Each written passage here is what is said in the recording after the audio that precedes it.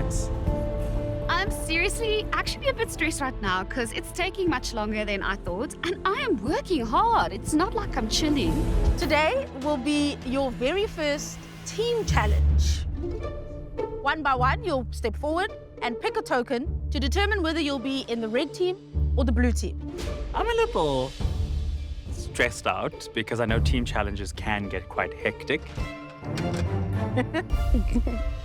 Team blue. Okay.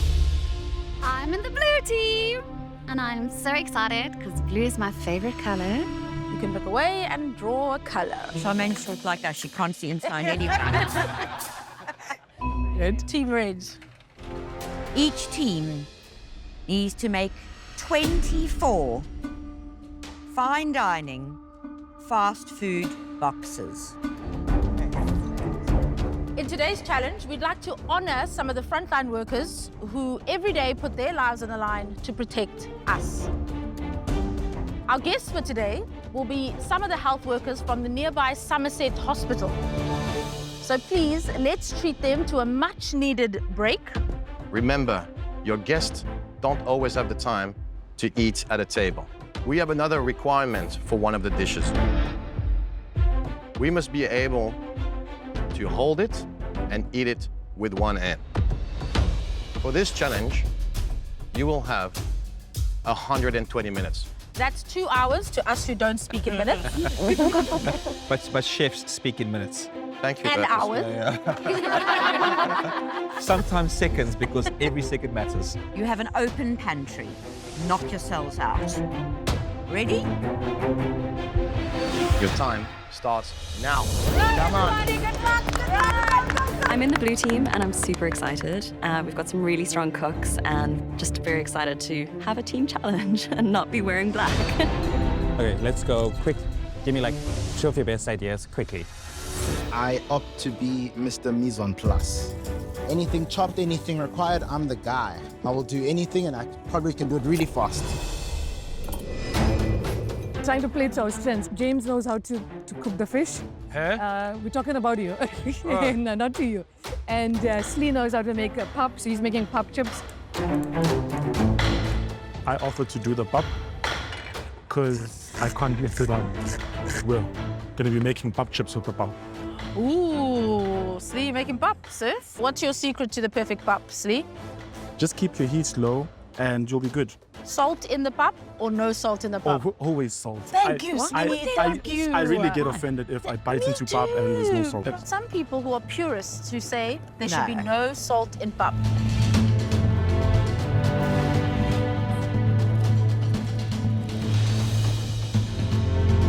I'm responsible for making uputu. We call it umpokoko, and we usually have this with amasi. It's pretty much a staple if you're from the Eastern Cape. Like, you will probably have this like 3 times a week. Is this for the arancinis? Yes. Is this going to be able to stick together? I'm gonna saute some onions and butter. Yeah. And then we're gonna add cheese to it as well, so it binds cool. well together. Have you made this before? Oh, absolutely. No, my mother would be mortified if I messed this up on national TV.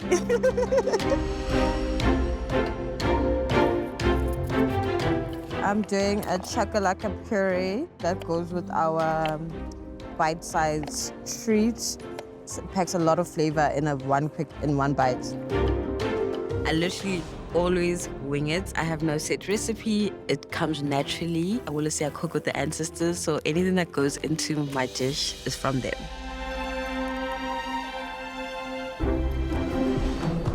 Somehow the reason I'm finding myself in front of a lot of bread. And this is my mission now. I have to cut these babies up, roll them flat, get them into the oven, get them nice and crispy. And I'm really thinking this is going to go really quickly, but... So how's this going? Is the first one's going into the oven? I'm going to make 10 of these, so it's 80. Okay, at a time. Well, I'm going to push it in all these ovens. Okay, yeah. All right. I'm seriously actually a bit stressed right now because it's taking much longer than I thought, and I am working hard. It's not like I'm chilling. I'm running around trying to make sure that everyone's doing what they're supposed to do, and everything's still in process but not there. It was challenging. I'm actually afraid for them because it doesn't seem like they're going to finish in time. I am jumping in. I'm just helping Andrea with the bread. Great stuff. Awesome. Yeah, now we're gonna motor. No, I'll slice everything for you, and then I'll go back to my station, okay? Yeah. This is not going to be ready, I don't think. So we need to make it like a 1 hour. Yeah, that's fine. Can you do the half an hour proofing, half an hour cook? Yeah, okay, let's start rolling then. Time is ticking. We are worried, all of us, that the dombolo will not be ready on time. Part of me still believes that we can make it because I've rolled the dombolo and then prove it in its shape so that by the time it's done proving, we can cook it on the go. Come on, man. Show zero. What's going on? Message. Fast, Papa. Charmaine is worried that we're not going to finish on time with the dombolo, so she asks Taz to start making a roti. I'm feeling a little discouraged at this point because I've put so much work into putting this dough together, but Charmaine doesn't trust that they will be done. Yeah, a bit of encouragement. All hands on deck to plate, please. It's a well-oiled machine, so it's going well-ish. Is this all of it? 24, you counted 24.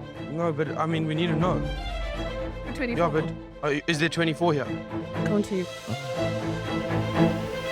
I'm just worried about our guests going hungry because they're like a no-no. We'll have to start cooking for them. Well, or we're going to have to get some other takeaways. How many acre boxes did you bring? Maybe that's going to be the safe bet today. We get the big ones, the big boxes. Yeah. When they started the challenge, you tell yourself you're 8 to do like a certain amount of boxes. You have 2 hours. It feels like it's going to be like easy. And it turns out like no, they're going to realize that it's not that easy and they should have like maybe like taken the menu a bit not as ambitious as what they plan and guarantee the food, You have to guarantee the food, but make sure it's also exciting. And right now, I think they went just for the exciting and didn't see the practicality of delivering such a menu. When it comes to cooking in restaurants or hotels, it's a thing of quality and volume. Yeah. Can you deliver quality at a certain volume? Right. And consistently. Yeah. And I think this is today's challenge for these guys, that they're learning that lesson today, is that doing something in great volume takes time. Takes time. And different planning. Andriette is probably the most frustrated, annoyed person on the floor. Correct. She, first of all, nobody wants to be the person making toast.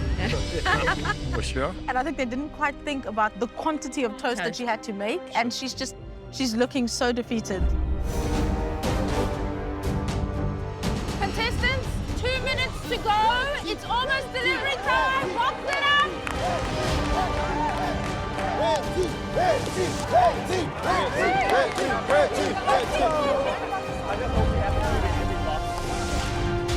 We're gonna finish. We're gonna finish. Breathe. Got time. Tell me what else you require, guys. Speak to me. 2, 1.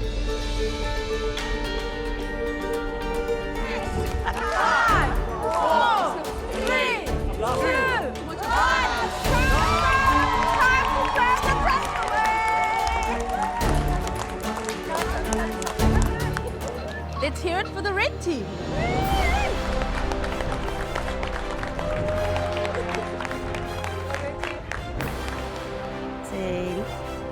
Well done to leadership, Charmaine. Leadership. One thing about our fish, Sam, it slaps. Like, I trust that fish. We have made a South African-inspired take on fish and chips, which is a masi fish with pop rice and a tartar sauce. We made a lamb curry, Durban lamb curry, with a spinach dombolo, and we put in a roti, like a crunchy element, and a salsa. We're calling that Ubuntu Banijay. Thank you, Charmaine. Thank you. I'm not sure if we really nailed the brief in terms of fine dining. Smells very nice. Is yours plated with the fish, with the chips on top of the fish? I don't have chips. Would you like You to don't share? have chips? Have a chip? Thank you, Beth. It's a pleasure. Chips.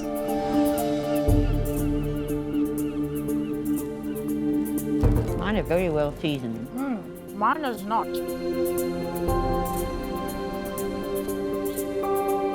There were some wonderful little crispy bits on the edge of the fish, which I really enjoyed. The batter was nice and crispy. But I think what probably impressed me the most is for amateur cooks, there's no bones in the fish. So that's quite a feat, I think. I think we can safely say Charmaine knows her way around a curry. It's quite hot. Is your potatoes a bit raw? The potatoes aren't properly cooked. And you know what I saw him do, which I thought was terribly weird? He was frying the potatoes, and I said, what are the potatoes for? And he said, he doesn't want them to be too soft in the curry. But I mean, the whole point is that the potatoes should absorb the curry gravy. As soon as I opened the curry dish, the aroma sort of transported me, and that was delicious. But in terms of presentation, a bit lackluster, nothing too interesting or intricate. It's definitely not a fine dining version of the meal. And this one, unfortunately, you need more than one end to be able to eat it on the go. Look, we were worried about their timing, and the fact that they presented 2 dishes to us in the end is a positive. This curry is delicious, raw potato and all. Some great ideas here. I think with some refinement, this could be great dishes. Let's give it up for the blue team.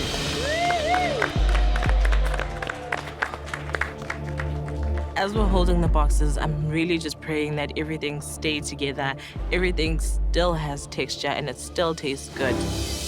Today, judges, what we've prepared for you is 2 items. One of them is going to be highlighting the Cape Bream.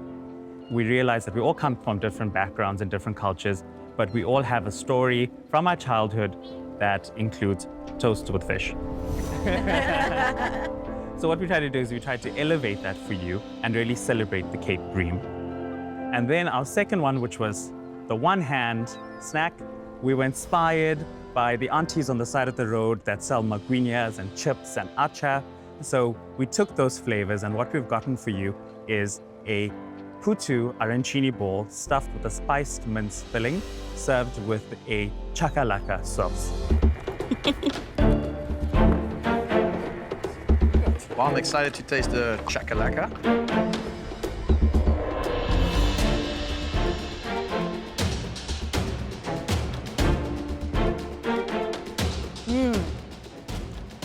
The chakalaka sauce is delicious. It's really good. Perfect amount of spice. Very good.